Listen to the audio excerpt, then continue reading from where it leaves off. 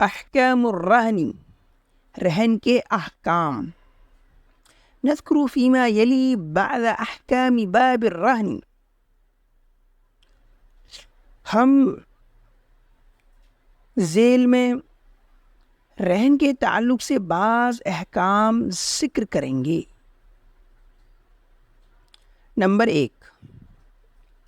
يثبت للمرتهن ملك العين في حق الحبس فيكون أحق بإمساكه إلى وقت إيفاء الدين. روکے رکھنے کے حق میں عین یعنی سامان کی ملکیت مرتہن کے لیے ثابت ہوگی تو وہ قرض کی وصولی تک اس کو روک کر رکھنے کا سب سے زیادہ حقدار ہوگا. یعنی اس کا مطلب یہ ہے کہ قرض خواہ گروی رکھی ہوئی چیز کو اس وقت تک روکنے کا حقدار ہوگا جب تک کہ اس کا مکمل قرضہ وصول نہ ہو جائے. نمبر 2، وَإِذَا مَاتَ الرَّاهِنُ فَالْمُرْتَهِنُ أَحَقُّ بِالرَّهْنِ مِنْ سَائِرِ الْغُرَمَاءِ فَيَسْتَوْفِي مِنْهُ دَيْنَهُ وَمَا فَضْلَ مِنْهُ يَكُونُ لِسَائِرِ الْغُرَمَاءِ وَالْوَرَثَةِ. اگر راہن یعنی کہ قرضہ لینے والا مر جائے تو مرتہن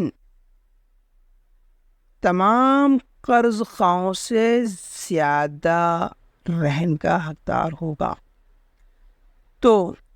وہ اس سے اپنا قرضہ وصول کر لے گا اور جو اس سے بچے گا وہ تمام قرض خواہوں اور ورثہ کے لیے ہوگا. اس کا مطلب یہ ہے کہ کسی شخص نے قرضہ لیا اور اس نے کوئی چیز گروی رکھی، پھر قرضہ لینے والا مر گیا،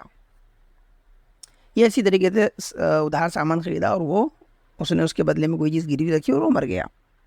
اور اس نے دوسرے لوگوں سے بھی قرضہ لیا رکھا تھا، دوسرے لوگوں کے پاس کسی چیز کو گروی نہیں رکھا، ایک شخص کے پاس رکھا، تو اب وہ جو گروی رکھی ہوئی چیز ہے اس سے کون کون قرضہ وصول کر سکتا ہے؟ تو یہ بتا رہے ہیں کہ جس شخص کے پاس گروی رکھا ہے یعنی جس قرض خواہ کے پاس، تو وہی اس کا زیادہ حقدار ہوگا. وہ پہلے اپنا پورا قرضہ اس سے وصول کر لے گا، پھر اس سے اگر بچے گا تو دوسرے قرض خواہوں کو دے دیا جائے گا کہ وہ اپنا قرضہ وصول کر لیں.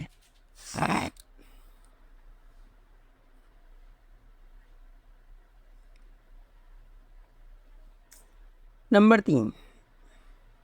ولا يجوز للراهن أن يتصرف فيه تصرفا يبطل حق المرتهن من البيع والإجارة والهبة وغيرها.